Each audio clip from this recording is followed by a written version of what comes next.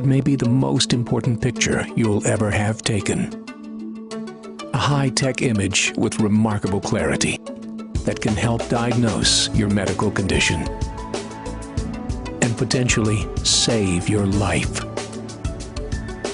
Advanced medical imaging, all the services you need with convenience and compassion. Northcrest Medical Center, bringing exceptional care to our community. This is Jim Ball reporting at the Reagan Ranch dinner at Smiley Hollow Thursday night in Robertson County. If you haven't been to Smiley Hollow, I highly recommend it. It is a beautiful place. If you were looking for an opportunity to get to know the candidates that are running for the Senate and the House, then the Reagan Ranch dinner was certainly the place to be Thursday night. As Smokey's going to start our coverage of the debate between the Senate candidates Joshua Evans and Kerry Roberts. Jim Somerville and Wayne White, also running for Senate, did not show up. The candidates running for Senate, Joshua Evans and Kerry Roberts, had a very interesting and heated debate. You will certainly not want to miss that. That will be coming up first. After a brief commercial, we will then show you the four candidates that are running for the House. In both cases, we will show you the debates uninterrupted and unedited. Immediately following the debate with Joshua Evans and Kerry Roberts, we will pull them together for a one-on-one for a recap of their debate. And then, of course, we will move on to the candidates running for House. So without further ado, I bring you Joshua Evans and Kerry Roberts. All right, sleeves are up. Take a second, introduce yourselves for anyone who, for some reason, doesn't know who you are. Can we hear? Yes. All right. Go ahead and introduce yourselves. Good evening. It's so good to be back with you all here. It's good to see you again. My name is Joshua Evans, and it has been a distinct honor for me to serve as your state representative for the last 6 years. I got involved with the party because I wanted to see a shift from the democratically controlled liberal House that we had to a more Republican control. And so I got involved with the party, ran, lost, and got involved with building the party and came back and ran again and won. And it's been a joy to see the shift that we've been able to have in policy in Tennessee because we've sent conservatives to Nashville. So again, my name is Joshua Evans. I've served here in local government, served 6 years in the state government, been active here in the local community, in my church, and I'm proud to be one of the most conservative members of our state house, and will be honored to go and represent you in our state senate.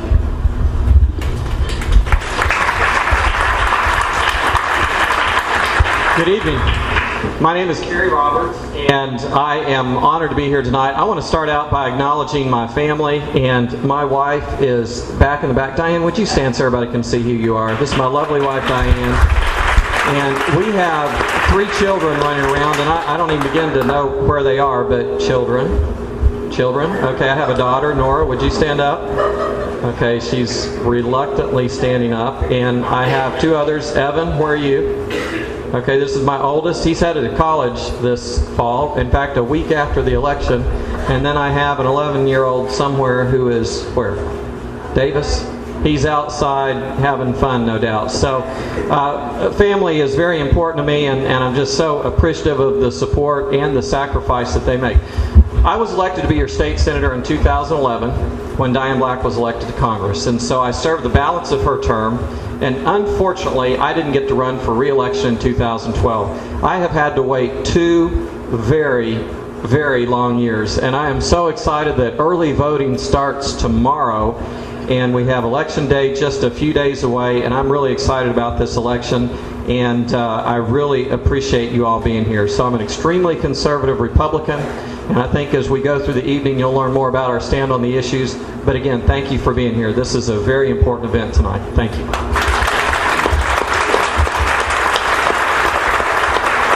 All right, guys, just so you know,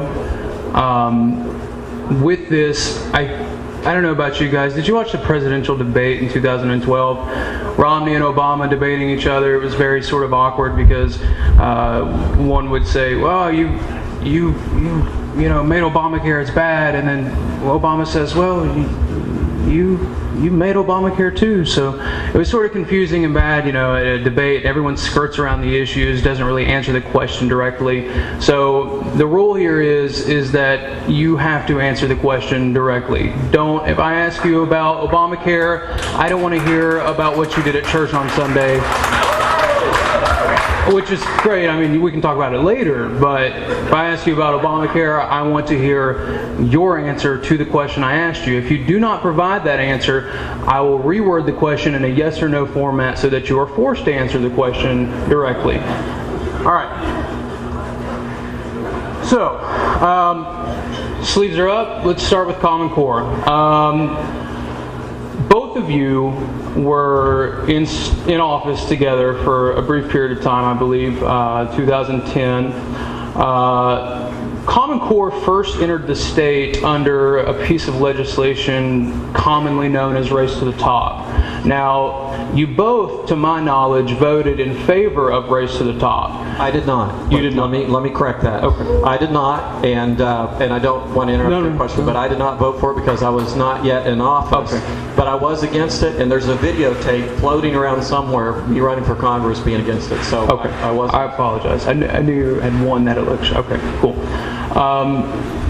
Then, Representative Evans, you did vote in favor of those funds that pushed through Race to the Top, which then turned into Common Core. If we look back at the debate that we just had with the state reps, we were talking about the idea of accepting federal funds for education and not necessarily knowing or paying the attention or time to really look at sort of the insidious nature of these funds to see what they become. Now, I'd like to know if you could take that vote back. Would you take that vote back and instead vote against Race to the Top and those federal funds that were involved in that? Well, if we knew that Common Core was part of that package, then absolutely. But the Department of Education has the authority to apply for the Race to the Top grant without us giving them permission. And I guess I should stand up. Is that better for y'all? And so the department has the authority to apply for the grant. What the department said was there are a number of measures that if we pass will make it more likely for us to get this grant. And most of those measures were things that Republicans have been advocating for to add accountability to education for a decade. And now we had a Democrat governor saying we need to do this. And so the Race to the Top plan or the legislation that I voted for had accountability measures in it that I think were good for education, that I supported them and I support now.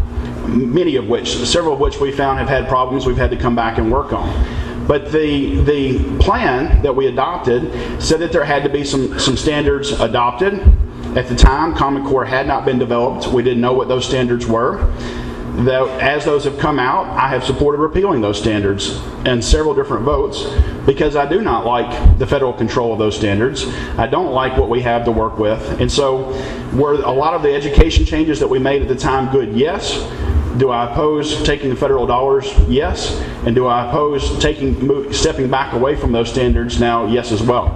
But we had to bring some increased accountability to education, and several of those measures that we passed have made a real difference. Tennessee has been the fastest growing state in our education progress of any state in the last couple of years. So I'm proud that we have made progress there. I'll allow you to rebut. So if I understand correctly, and I've got this straight, when the vote to First to the Top was made, it was made for standards that did not yet exist. That sounds to me like Nancy Pelosi saying, well, after we pass it, we'll figure out what's in it.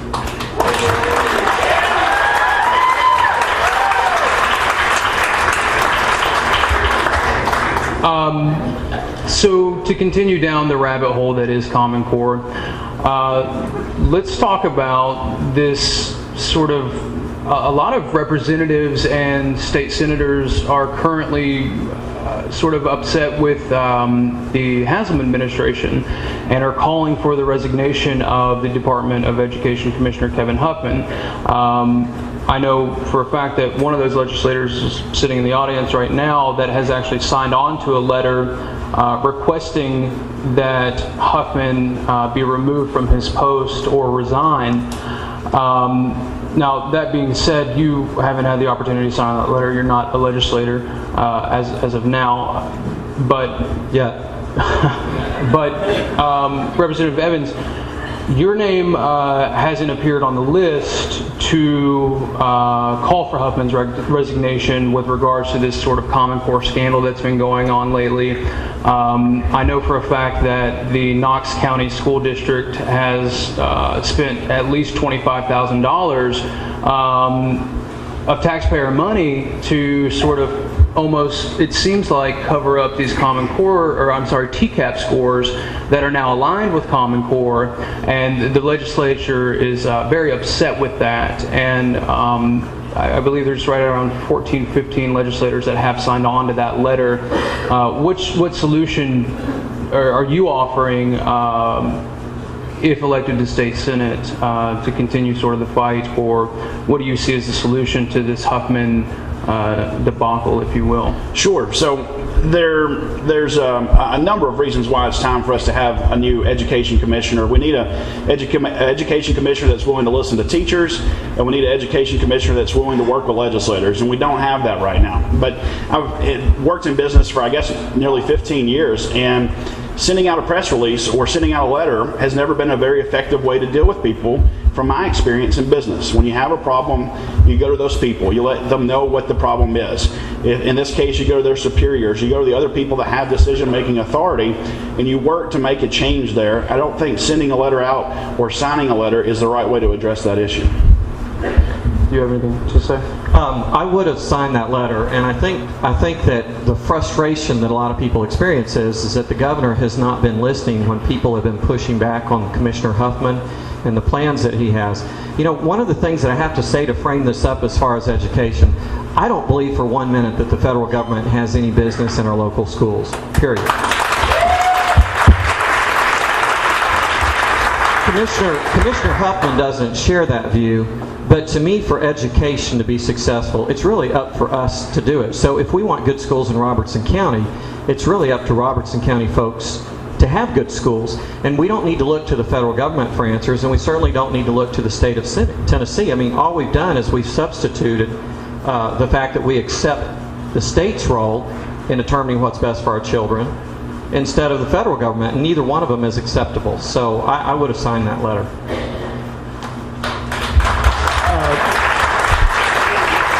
Okay. Representative Evans, I'm going to start with another question with you, and then we'll switch to Carrie going first.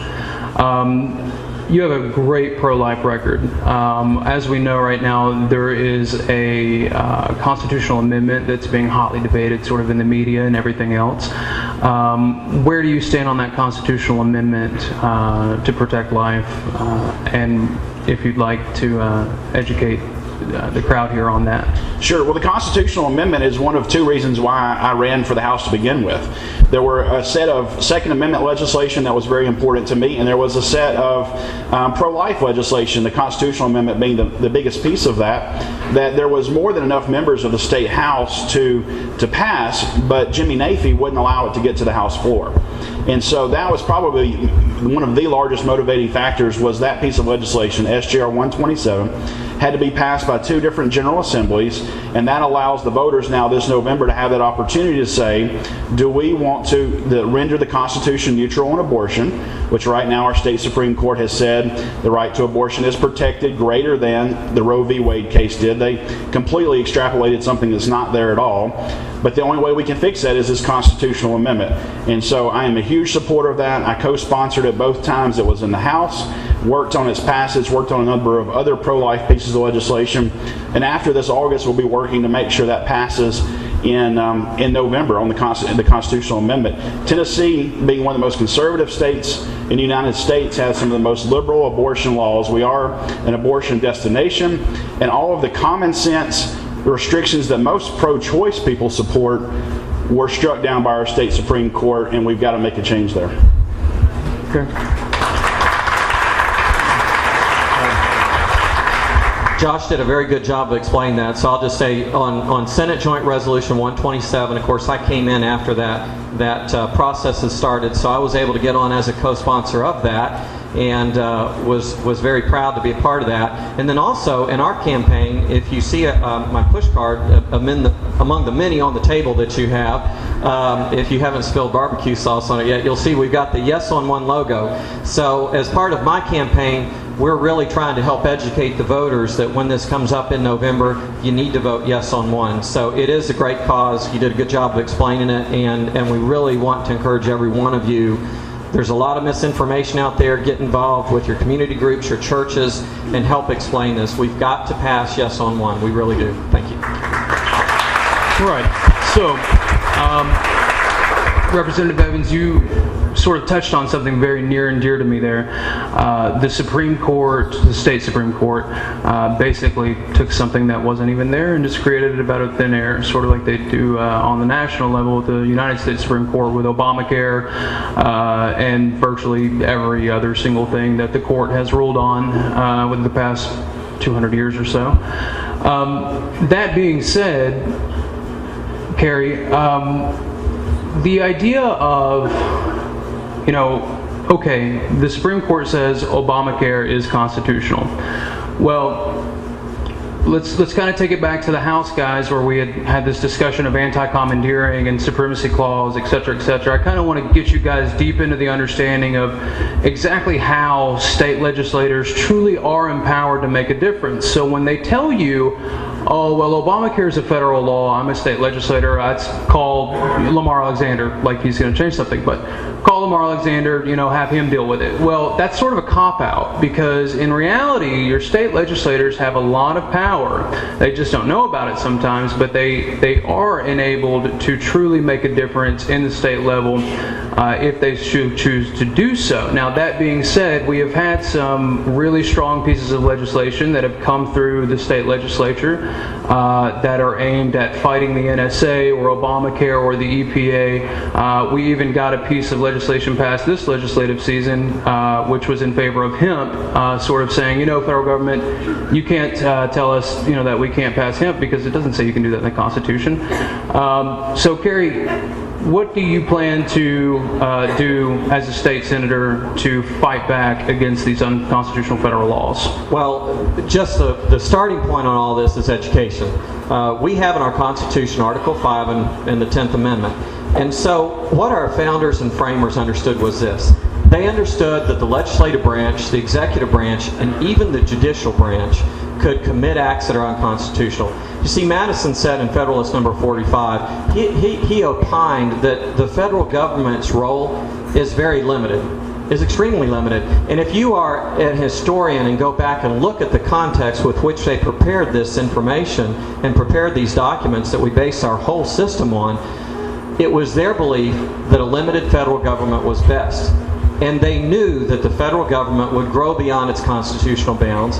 Therefore, they built fail-safes, if you want to call it that, into these documents, being Article 5 and the 10th Amendment. So, to very specifically answer your question, when we see things that are unconstitutional, we have one of two choices. One is we can invoke Article 5 and we can have a constitutional convention to push back on the federal government, or we can simply pass a law to nullify whatever the federal law is that we deem unconstitutional.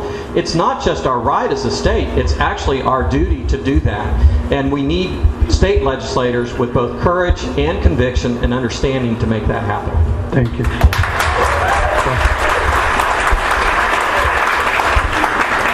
And we've got a group of legislators that are there that are doing that. And we have, while we don't have a supermajority, we don't have a majority, in my opinion, yet of constitutional conservatives, we are working towards that. We passed this year a constitutional call for a balanced budget amendment, one of the methods that Carrie talked about.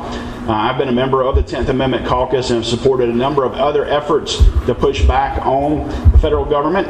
But quite frankly, we have an attorney general who isn't going to support those efforts in court, and so that's a piece of the challenge for us as well, where we need to make a change. So the best thing that we can do to make progress on the federal level is to make a change in the makeup of the federal level. But until that time, I will support any legislation that we can to push back against the federal government, and have done so in a number of cases.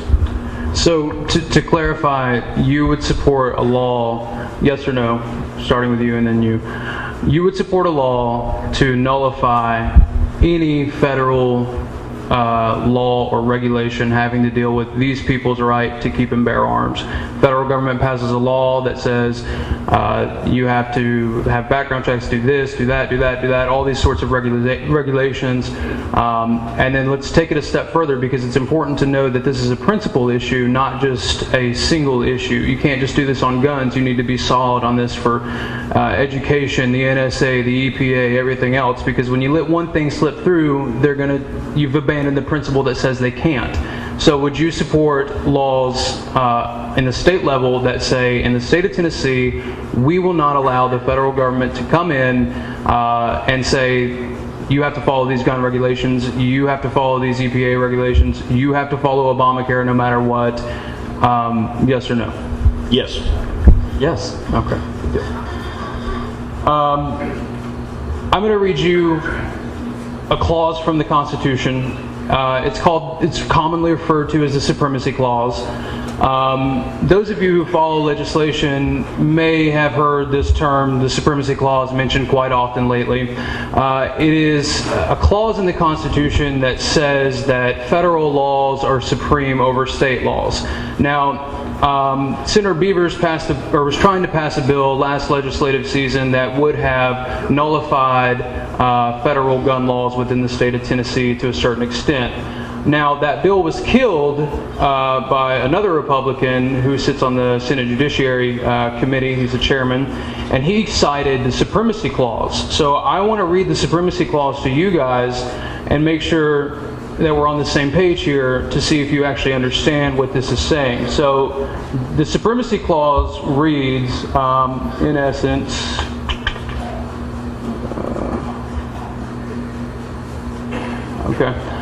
this Constitution and the laws of the United States, which shall be made in pursuance thereof, shall be made the supreme law of the land. Now that's sort of a condensed version.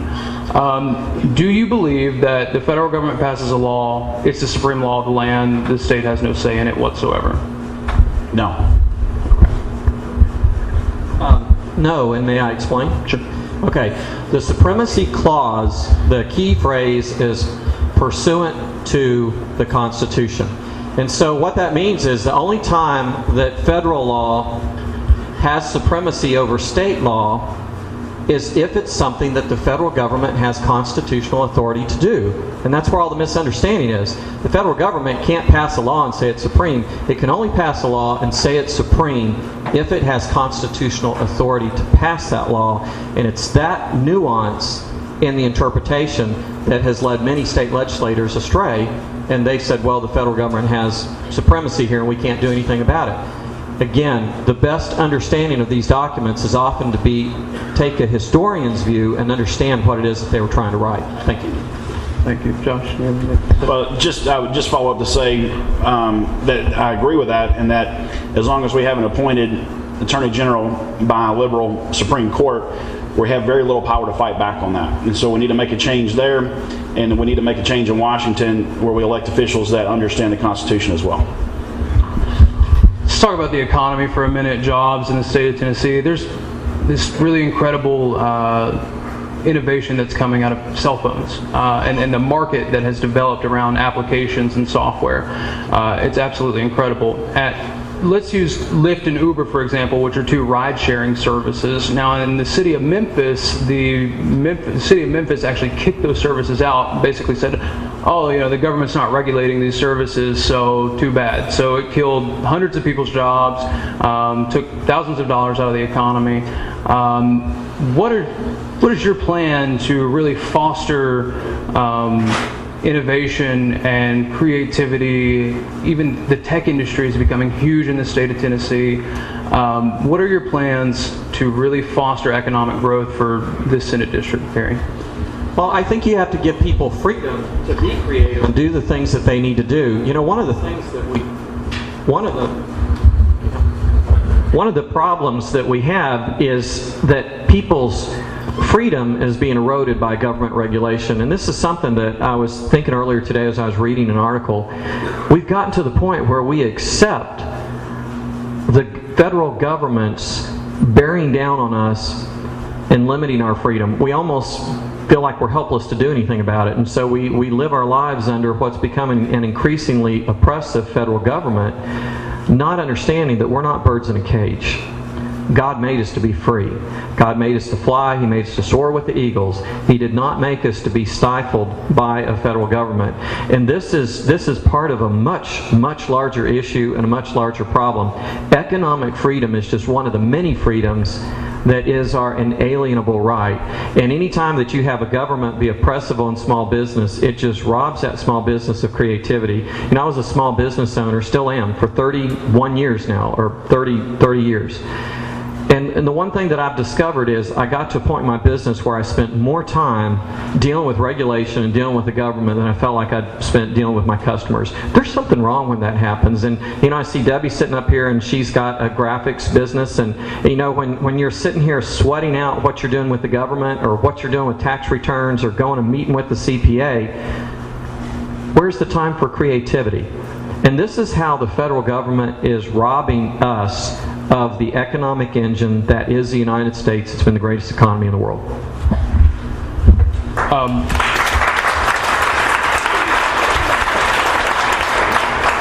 Allow me to, I'm sorry, I'll get right to you, but I want you to expound for me.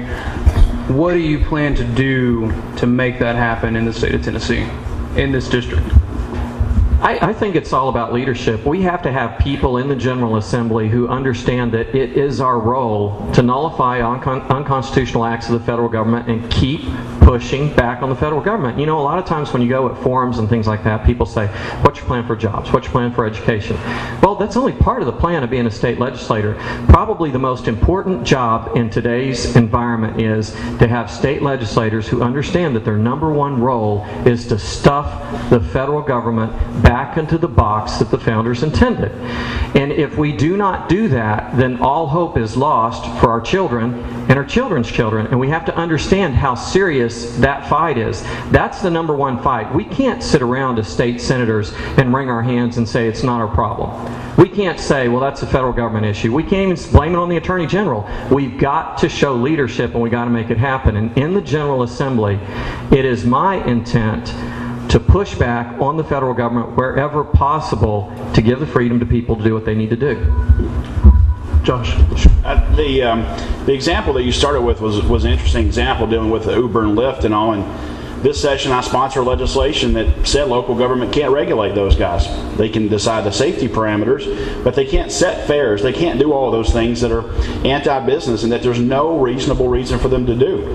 And so that's an example of finding somewhere where local government was getting too big, and I said, let's push back on that. And that's an important issue for us to address again.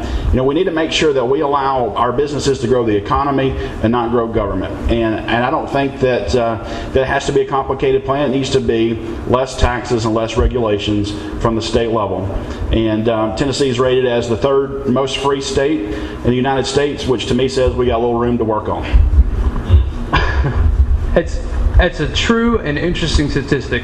And what's also a true and interesting statistic is that Tennessee is also rated as one of the most corrupt states in the nation. Actually, I think we sit somewhere around number 1 or 2, sort of float back and forth every year when that comes out. A perfect example of this would be the lobby industry. For an example, I tried to get support for a piece of legislation that used anti-commandeering doctrine against the NSA. Well, if you look at what happened to that piece of legislation, by the time it got down into civil justice sub in the House, it was killed unanimously by that committee, and AT&T was sort of behind the lobbying effort there. And if you look and see who AT&T had been donating to, every single person on that committee, AT&T was their top donor for the past God knows how long. And so what are your plans, if any, to try and help Tennesseans have more of a voice and hold you all more accountable? Because I think the truth of the matter is that you all are accountable to us. You answer to us. We don't answer to you. We give you this job to represent us, and you are accountable to us. So what do you find a solution there? Do you see a solution? Is there anything that you think that as a legislator representing this Senate district that you could do to try and clean things up? And I'll let Kerry go first. Well, two things very specifically that I did when I was in office. The one is I fought against corporate contributions to campaigns. And this was something that was very heavily lobbied. It passed without very little opposition, unfortunately, from the Republican side. And in fact, the bill was sponsored by Republicans. And I will tell you, Michael, I was threatened on the way to the Senate floor. I was pulled aside by, and I'll just say it here, and you can share it with whoever you want to share it to. I was threatened by the Chief of Staff of the Lieutenant Governor for not supporting that bill. And I just said, I'm sorry, but money is not only the root of all evil, but it's the root of all corruption in politics, and I'm not going to support it. I am very proud to say that on my financial disclosure, and I'll reveal this to you now, I don't have any PAC checks except one PAC check. And well, don't clap yet. I do have one, but I have to explain it. So I did get a check from one of my Senate colleagues who has a PAC. I asked him for a personal contribution, and he wrote me a $1,000 check from his PAC. And so I do have one PAC check, but I don't have any checks from any of the builders groups or special interest groups or things like that. And the vast majority of my money for my campaign has come from people within this county, within the district. The second example of this was the AT&T bill, and to make a long story short, AT&T was trying to get rates changed for what they have to pay to the co-ops in Tennessee. They couldn't get the rate changed, so the rumor around Legislative Plaza was that they spent over $500,000 to get the lobbying done to get this legislation passed. And what they did was they spent $500,000 to get anywhere from $12 to $20 million in money taken out of the hands of co-ops in Tennessee and sent to Houston or wherever it is that they're headquartered. So that's another piece of legislation that I was threatened on, but I did the right thing. People say you're a nice guy, how can you stand up to those people? And I have no problem standing up to them. You all elected me to do the right thing. You don't elect me to put money in my pocket from businesses. You elect me to represent you.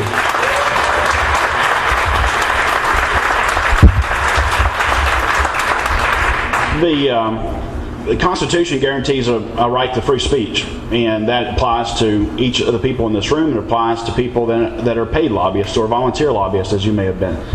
And so that's been protected time and time again by legislation and court decisions and a lot of other things. So how do you make sure you have legislators that are doing the right things? You elect good legislators that have the integrity to stand up to these folks and say, this is what my constituents want, this is what's right, this is what I'm going to do. And it's very easy to find out who those people are and who they're not. AT&T worked against me in an election because they thought I was too pro-gun. They've supported me in an election as well. They have that choice. That does not change how I vote for or against them. And it's a little unfair to talk about PAC contributions when you send out multiple requests to all of the PACs in Tennessee asking them for funds, and then once nobody sends you any funds saying, I haven't accepted any PAC contributions.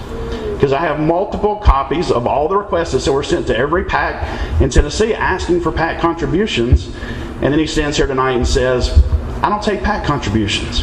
That's not integrity, ladies and gentlemen, and that's not how I operate. I'll allow you to rebut. I don't think any rebutting is necessary. Good deal. We had a discussion in our office, and this is it. If you all elect me to be your state senator, I want you to elect me because you think I'm the best man for the job. And so we're staying positive on our entire campaign. We're doing the best we can do to be positive. And I know that passions run high in campaigns, and I also know that people say things that they wish they hadn't said. But I'm very committed to being positive, and that's what I'm trying to do here tonight. And so I don't feel the need to rebut on that. If anybody wants to talk to me about it, I'd be happy to have a conversation with you. All right, guys. Unfortunately, that went by really fast. That's going to be the last question that we have, but I'll give you all an opportunity to say goodnight and any closing remarks that you may have. Go ahead, John. Sure. And again, I'll just say I think we have worked very hard to be very positive. I just think it's important to hold each other accountable, too, for what happens. And so I will say, again, it's been an honor to represent you guys for the last 6 years. I've worked very hard, not only in Nashville for you, but to be involved in this district, to listen, to open opportunities for forums and surveys and other things so that your voice can be heard in Nashville. I'm honored to be rated as one of the most conservatives, according to one organization recently, the most conservative legislator in the House. I'm honored to have the support of the NRA, to be the only candidate who has a A+ rating and be endorsed by the NRA in this election. And if I go to the Senate for you, if you give me that opportunity, will go to work for you each day to make sure that your will is carried out in Nashville, to make sure that I'm accessible to you, and I'll work hard to represent you each and every day. Thank you.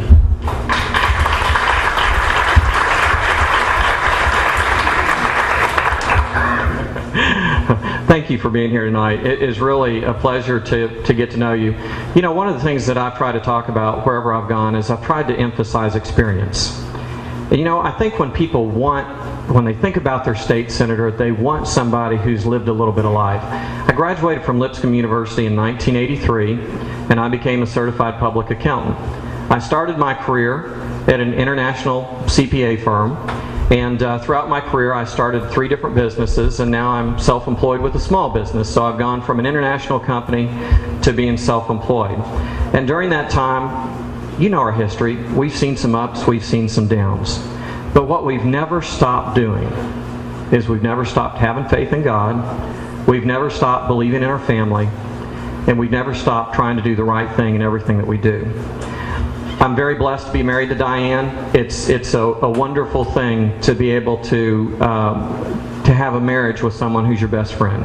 And we travel around quite a bit, and I'm just going to have to laugh, and I'm sorry for the person who told me this, but somebody made the comment earlier today. They said, you know, somebody didn't like the fact that we're so affectionate with each other, and I don't even know how to respond to that. So I just thought, you know, that's just who we are. And I'm very blessed to be married to her for 27 years, and I love you, sweetie. And we're very blessed to have 3 wonderful children. I only want you to vote for me for one reason alone. And that's because you think that I would go to the General Assembly and be the best possible person to represent you. That I'd stand up for your interests, and that I'd do it with dignity, and I'd do it with statesmanship, and I would make you extremely proud. If that's how you feel about me, then I'd love to have your vote. And I appreciate you giving us the time to be with you tonight. Thank you.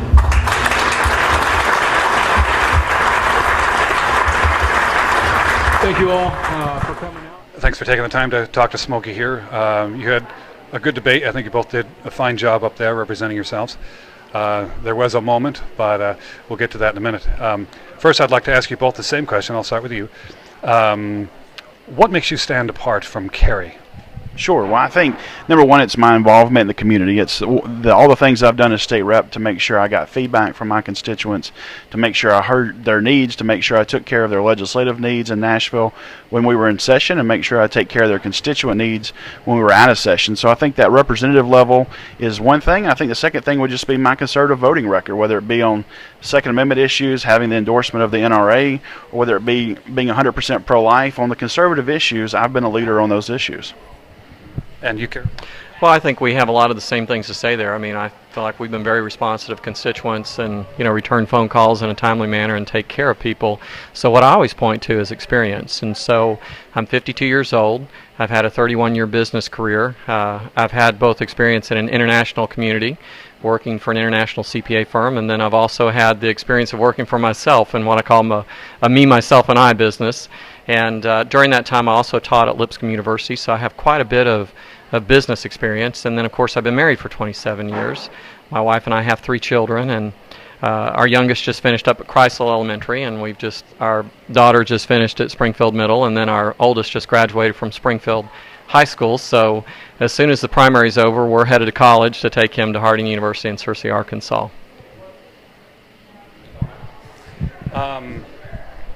Now let's move into a moment of the debate where the subject of where does your money come from came up.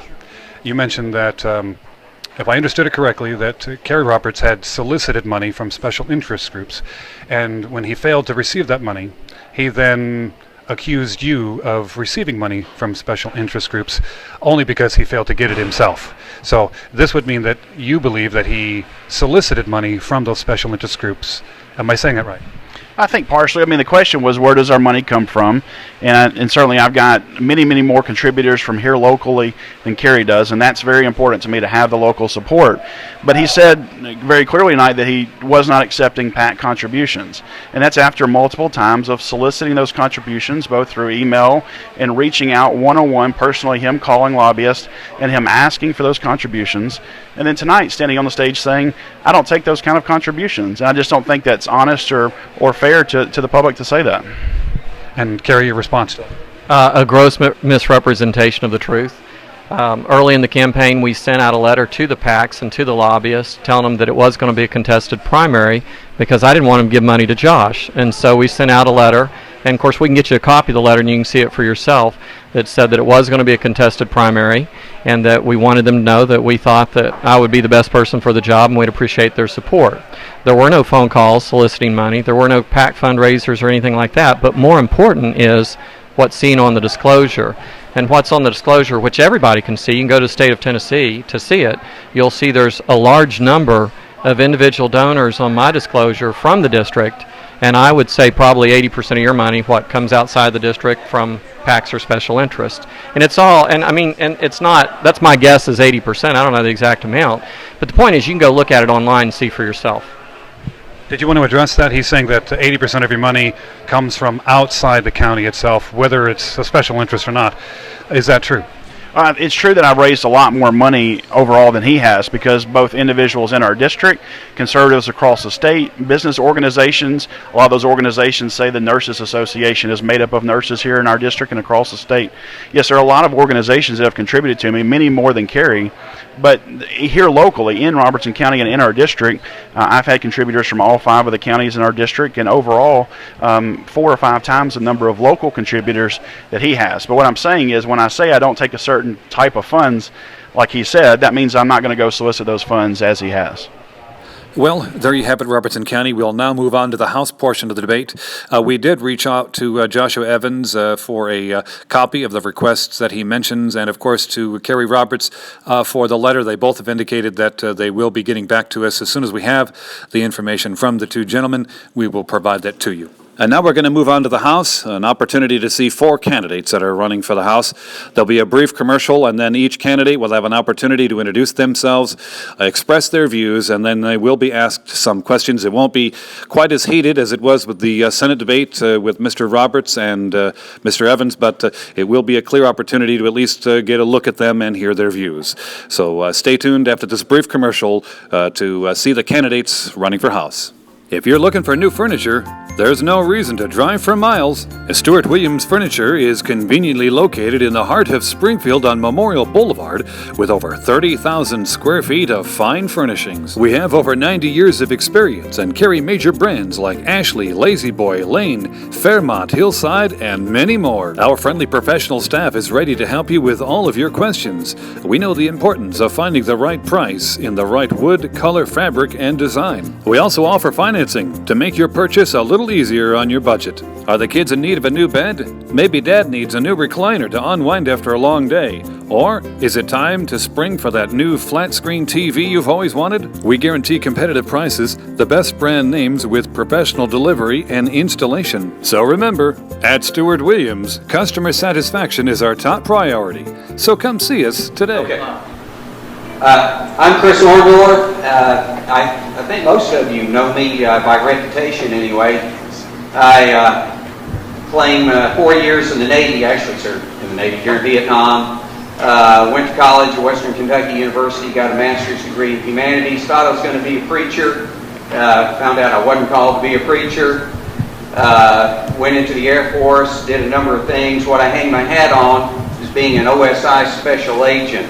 So for those of you who aren't familiar with it, that's the Air Force equivalent of the FBI, or if you watch NCIS, I used to be the Jethro Gibbs of Denver, Colorado. Then as I moved up in rank, I moved to headquarters in Washington, D.C., and became the chief of the requirements division. And that's where we developed the technologies for the agents, and kind of like Q and the James Bond movies. So if I ever hand you a pen, do not click that thing. It might explode. After I retired in 1999, I consulted for a while. I went to work for the State Department, conducting anti-terrorism operations in a different country every week.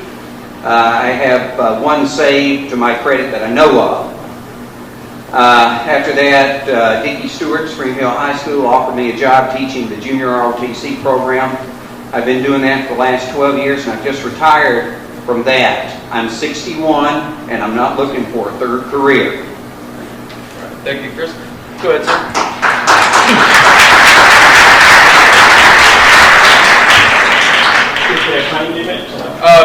20 seconds would be nice. Well, that would be okay, appropriate for my first story. I'm Sadi Kumar. This is Reagan Day, and I think the day would not be complete without a Reagan quip. Ronald Reagan was told a story. He said, "This makes me think of a story." Then he said, "Everything makes me think of a story." This is about a Republican running for office in, remember the 1970s, we were the yellow dot Democrat county. And so this Republican's running, he's on the back roads, he comes across a farmer and says, "I'm running for this office, I'm a Republican." The farmer says, "Hold on, let me get Ma, she's never seen a Republican." So he goes and gets Ma, and Ma comes in, and in the meanwhile, the Republican is rather formal, he's looking for a platform. And well, there is not much in the barn except for a pile of what we call fertilizer these days. So he stands on it, Ma comes in, he gives his little spiel, and the farmer is very impressed, and Ma's impressed, and Ma says, "You know, you're the first Republican I've heard." He said, "Ma'am, I am also the first Republican. This is the first speech I have given standing on a Democratic platform."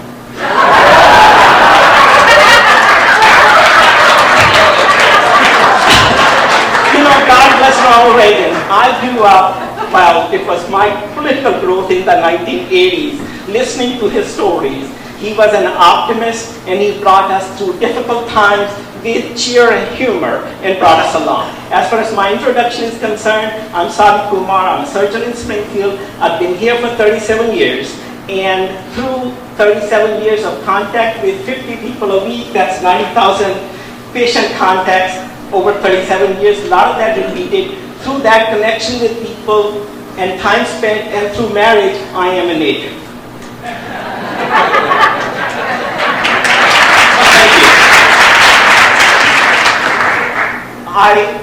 By way of qualifications, we'll probably come to that later, but I operate 2 small businesses in Robertson County. Education is a passion of mine. I am where I am because of my education, plus what Mom did for me.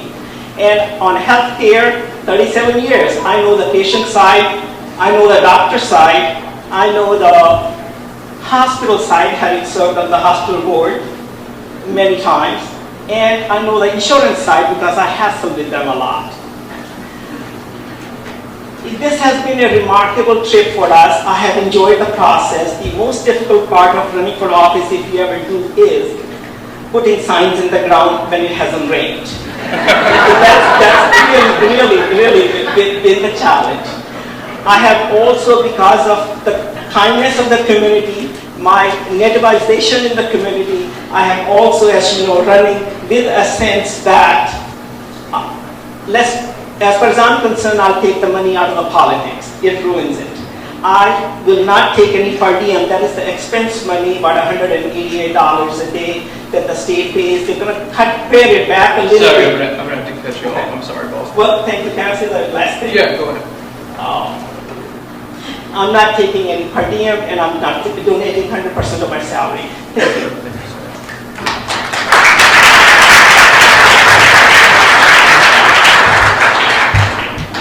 My name's Matt Burnett, and if elected to this position, I was sure thinking, I hope they don't come ask me to sing. Miss Wade Weaver, that was awesome. But a little bit about me. I'm a 5th generation in my family to grow up, live, work, and raise a family here in Robertson County. I'm a Christian.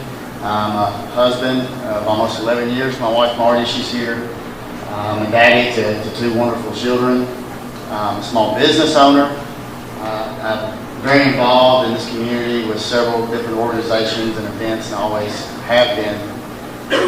And I have a strong desire to really see this community prosper.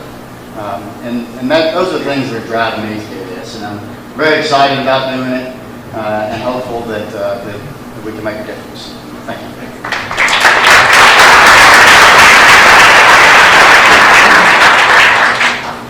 Well, I'm Rob Brewer, and I'm pretty sure I can keep it to 20 seconds. These guys can talk circles around me. I'm not much of a talker. But anyways, a little bit about me. I'm a native Tennessean. I grew up in Nashville, grew up just down the road in Whites Creek, actually. My wife and I actually live in Greenbrier now. We've lived here for 8 years. We love Robertson County. We've been married for 13 years. We have 4 children. We're very involved in our church. My Christian faith is my foundation, and that's the most important thing to us. So I want you to know that. If you elect me, and that's the most important thing to you, that's what I stand on above anything else. I'm a small business owner. I'm a general contractor. So I know the struggles of running a small business, trying to make a living for my family, and take care of them.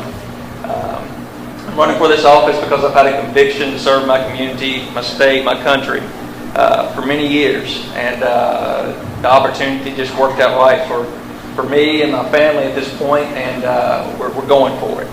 I had the opportunity several years ago to go back and get a master's degree in public service management, and it was a wonderful experience for me because it helped me to kind of focus my attention on what it actually means to be a public servant. It wasn't a political science degree, it wasn't a law degree, it was a public service degree.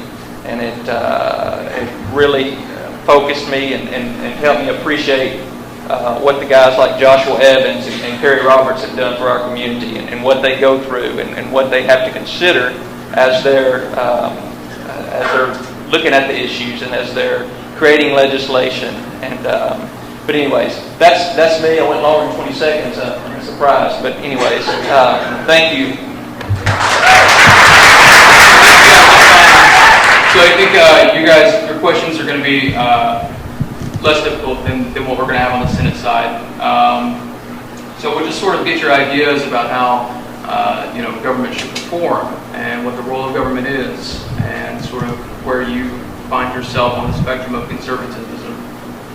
So being that it's a Ronald Reagan event, I think what's really interesting right now on the national scene is you see sort of this insurgency of libertarian ideals. And Ronald Reagan himself once said that the foundation of the Republican Party and the GOP was based upon libertarian values. And so on a scale of 1 to 10, it's just a quick question requiring 1, 2, 3, 4, 5, 6, 7, 8, 9, or 10. Where on the scale of sort of conservatism do you fall? 10 being towards libertarian ideology, and 1 being sort of more towards your moderate Republican. I think I'm a 10. Okay. 10 and a half. 10 and a half. Well, I don't know what to gauge. I would say I'm probably a 9. I would say I'm probably a 9. So I'm pretty idealistic, and I think a lot of our founding fathers were pretty idealistic about what a nation should be. And I would say I'm on the high side. All right. Good deal. Role of government. It's really important that we define what the role of government is, especially the separation of federal and state government. Now, being that I deal a lot with the 10th Amendment, I could answer this question pretty easily, but I would like to know from you all, what do you believe the role of state government is, and what are the separations between federal and state government? So, in your mind, if elected to office, what sort of legislative agendas would you push forward? What do you really feel that the core purpose of state government is? Let's try to keep it 20 seconds, if possible. 20, 30 seconds. I think state government should be there to get the federal government out of our business right now. Originally, I think the state government had much the same role as the federal government, except that they're at a lower level, they're closer to the people, know what the needs are. At this point in history, we've got an oppressive federal government. They need to get out of our business. And at the state level, we need to do everything we can to assert the 10th Amendment and get them out of our business.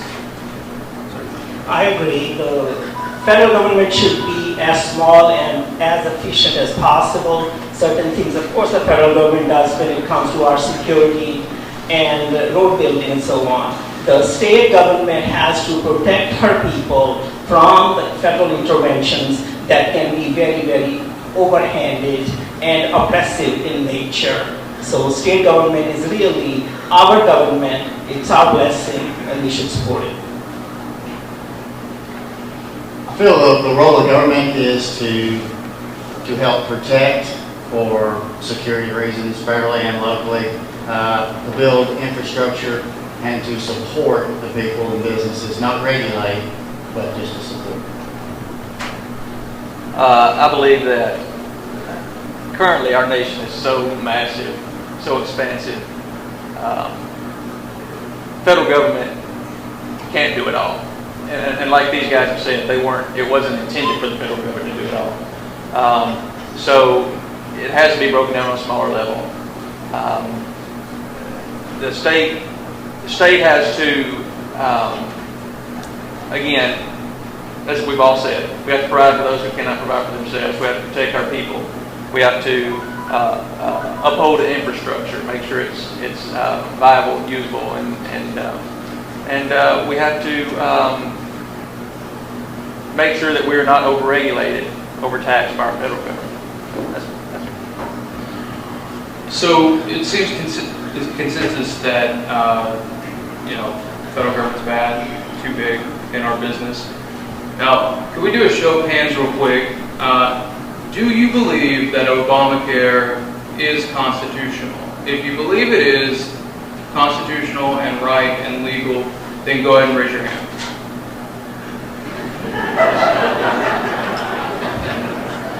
All right, that's what I thought.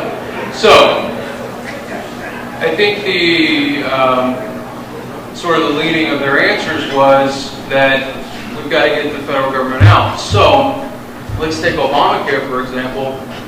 What would you do as a state representative, legislatively, to fight back against the federal government? And do you believe that you actually have the power to do so as a state legislator? Individually, no. What we can do is we can take a stand.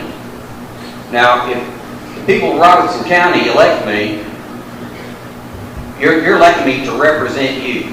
Now, I didn't see a single hand, and I looked pretty hard to see if anyone did raise their hand about Obamacare.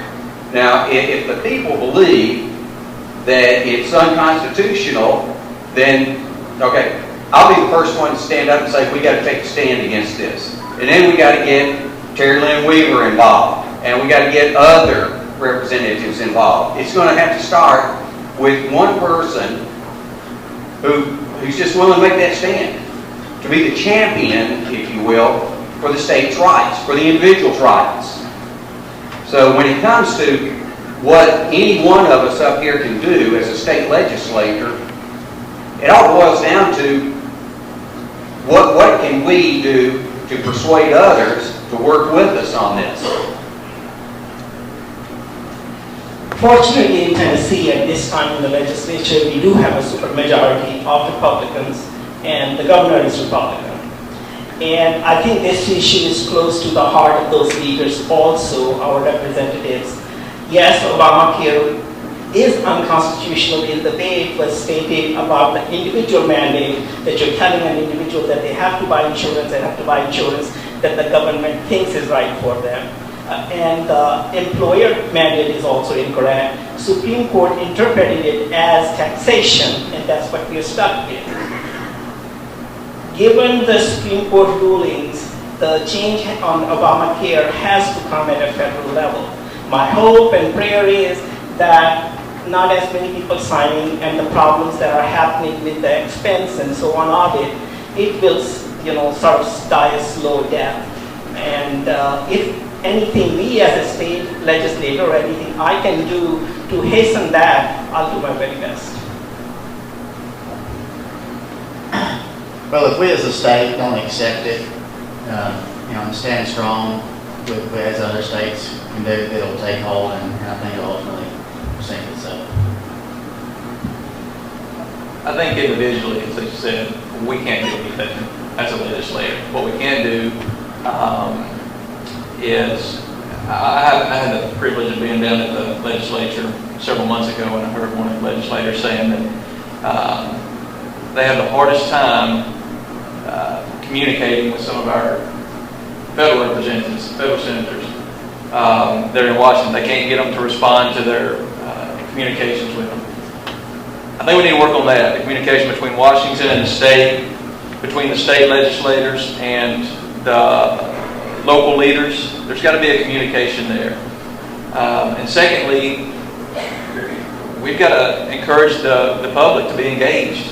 I mean, as I've become involved in this race for this seat, I've noticed a lot of people have kind of got fed up with government and politics. They don't want nothing to do with it, and so that's a hard thing. I think if we can get the public, the community, everybody engaged, start pushing back pressure. That's what we need to do. Right. So, to enlighten you all, perhaps there is a legal doctrine that state legislators can use to actually fight back against federal legislation. It's known as anti-commandeering doctrine. This has been handed down by 160 years of Supreme Court precedent. In fact, 4 different major Supreme Court cases. Even the Obamacare case itself, if you actually read the case law, they say in there, now the states do have the right to refuse this, and many principles found within it. So by this process, what would happen is we write legislation in the state of Tennessee that says the state of Tennessee is taking a stand against the federal government, and we will not allow the federal government to commandeer the state of Tennessee's resources in any way whatsoever to implement this federal law. Now that means, for example, the state insurance commissioner is being commandeered currently by the federal government to file claims for Obamacare.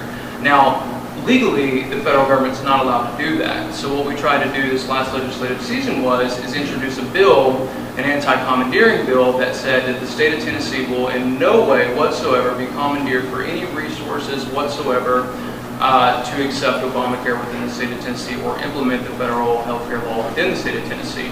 Now that bill ultimately failed, but I would like to know, and for you to answer these people as well, yes or no, would you support that type of legislation going forward if you were elected? Yes. Yes, the feeling is that we would.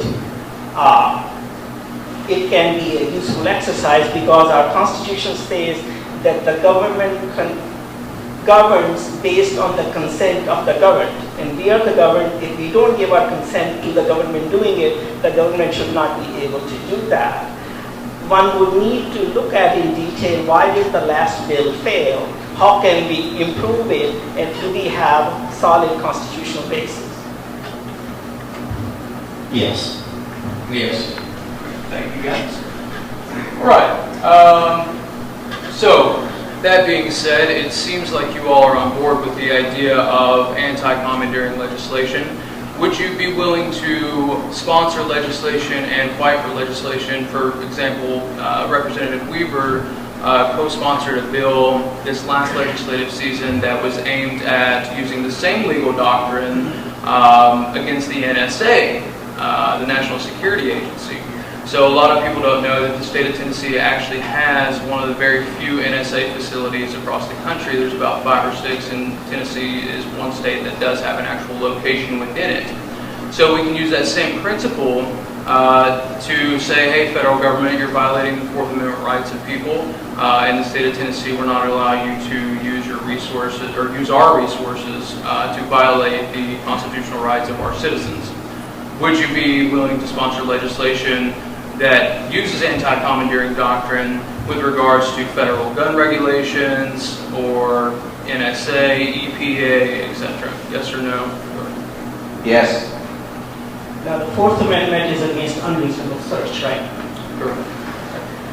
Yes, our privacy is very important. Google knows too much about us, and NSA knows even more, definitely. Yes, that sounds like something I'd be very interested in looking into. Yes. One more question.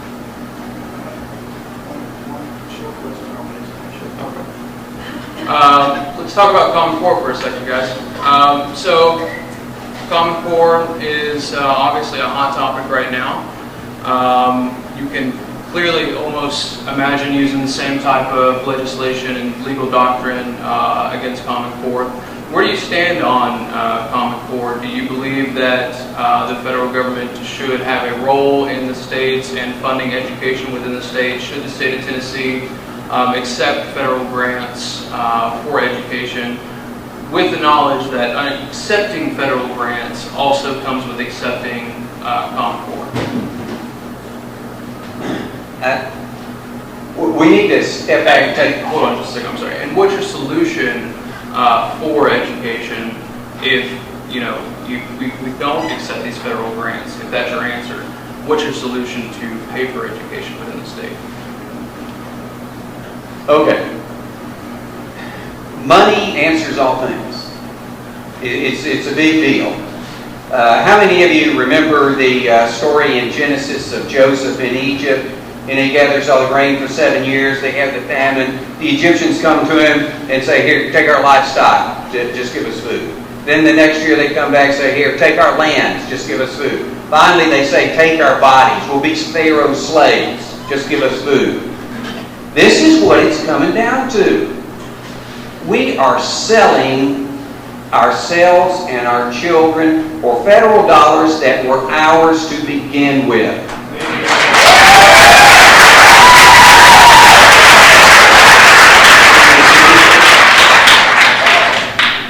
All right. So I guess you know I'm against Common Core. Here's the solution. Somebody can correct me on this.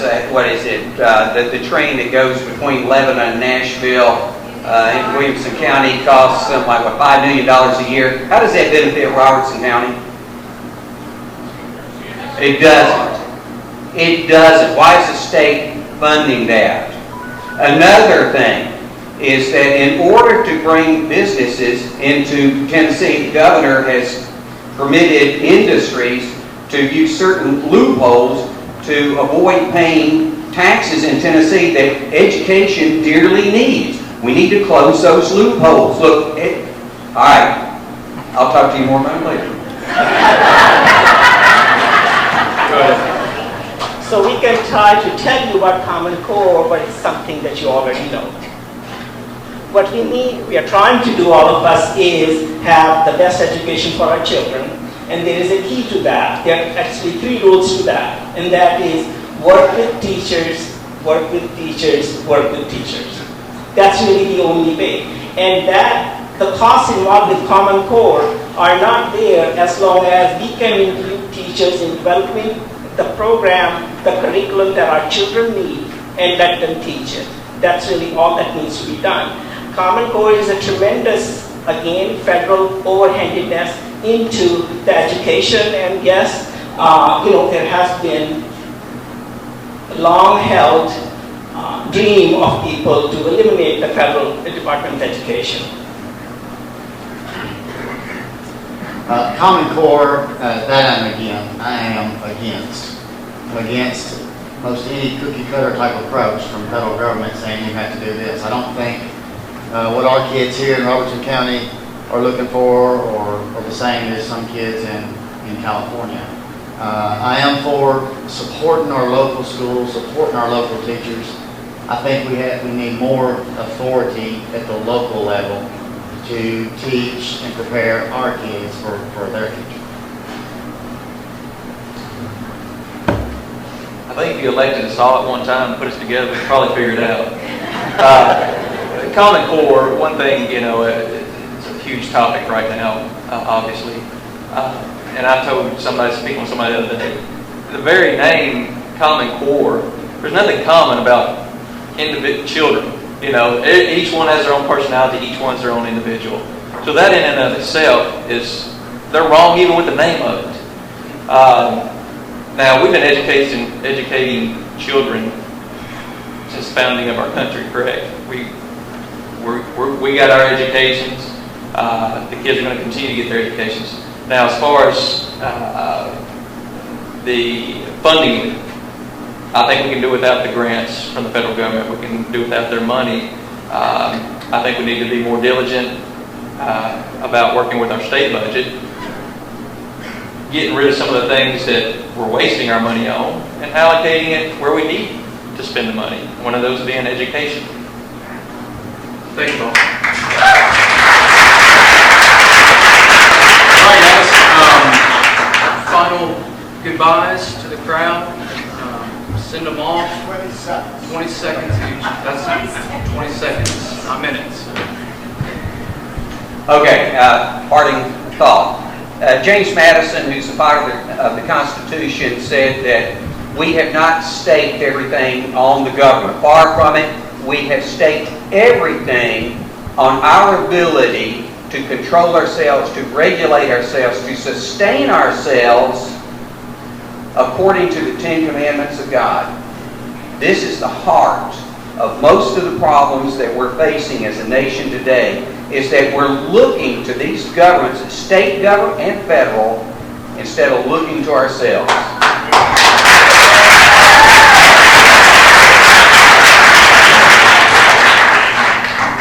It has really been a privilege to go through, run for this office, and the sheer ability to talk to and connect with people.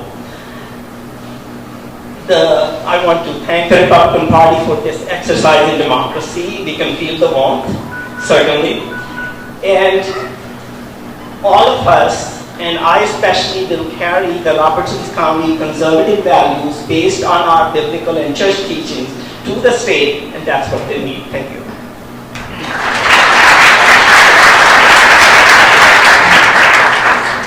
I am excited about this opportunity, and I do want to thank everybody for coming tonight. I want to thank everybody for exercising their right to vote. I feel that's extremely important.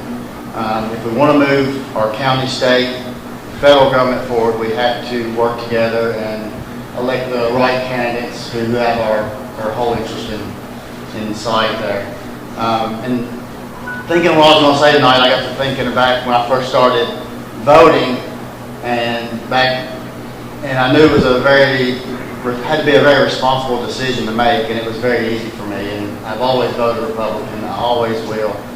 I just found out the other day our records are online public, and so I'll be happy to post my records, my voting records anyway, and I encourage other candidates to do the same.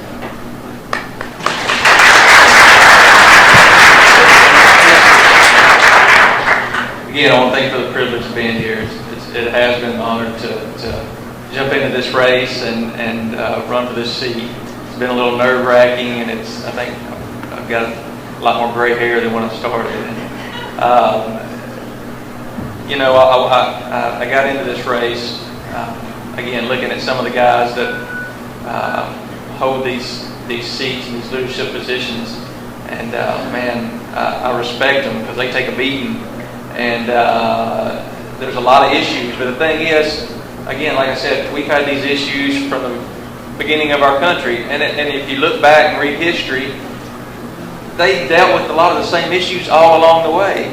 And guess what? We're going to be dealing with the same issues from now until the end of time. But the thing is, with leadership in the state, federal, local level, that's our job, and that's what you're asking us to do as you elect us, is to get there and to push through and try and solve these issues. We may not We may not solve them completely, but we got to make them better so that we can pass it on to the next generation and allow them to do the work. Well, there you have it, Robertson County. We hope our coverage of the face-off has given you a better look at the candidates and helped you make an informed decision. This has been Jim Ball reporting for Smokey Barn News at Smiley Hollow. If you want a beautiful yard, don't go to one of those places that have a plant section. Go to Corbin Creek Greenhouse. Plants are all they do. Corbin Creek Greenhouse has been dealing with plants for generations. Their friendly, knowledgeable staff will answer all of your questions, whether they're simple or highly complex. So when you're ready to take down the neighbors with the best landscaping on the block, you want Corbin Creek Greenhouse. They're located at 4920 Highway 161 in Springfield, 384-3185. Once again, 384-3185.